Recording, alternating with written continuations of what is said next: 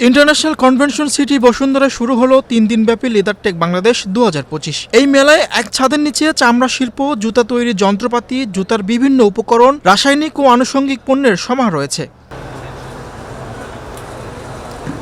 বৃহস্পতিবার দুপুরে লেদারটেক মেলার উদ্বোধন করা হয়। প্রধান অতিথি হিসেবে উপস্থিত ছিলেন বাংলাদেশ বিনিয়োগ উন্নয়ন কর্তৃপক্ষের নির্বাহী chairman Chowdhury Ashiq Mahmud bin Harun.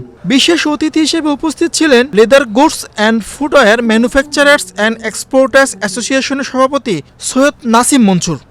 I am delighted to address you on behalf of Bangladesh Finished Leather Goods and Footwear Exporters Association.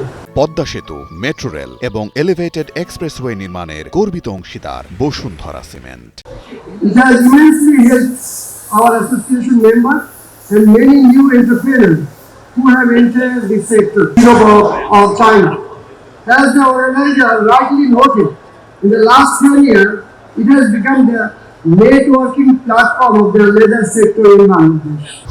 That was the total export in 1990. If you fast forward to 2010, the sector exports reached $651 million.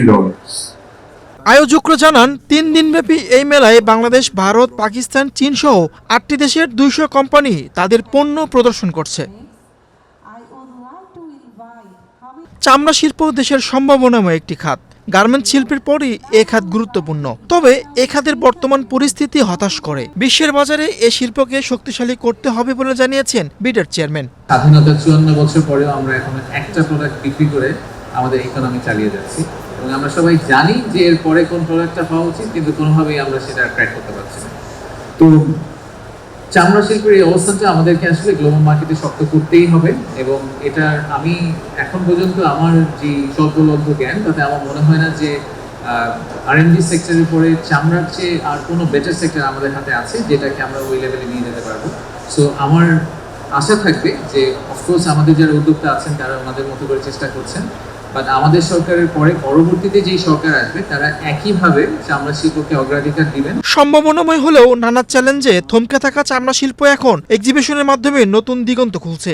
উন্নয়ন, উদ্ভাবন ও বিশ্বব্যাপী বাজার সম্প্রসারণে বাংলাদেশ ছুঁয়ে ফেলছে নতুন উচ্চতা।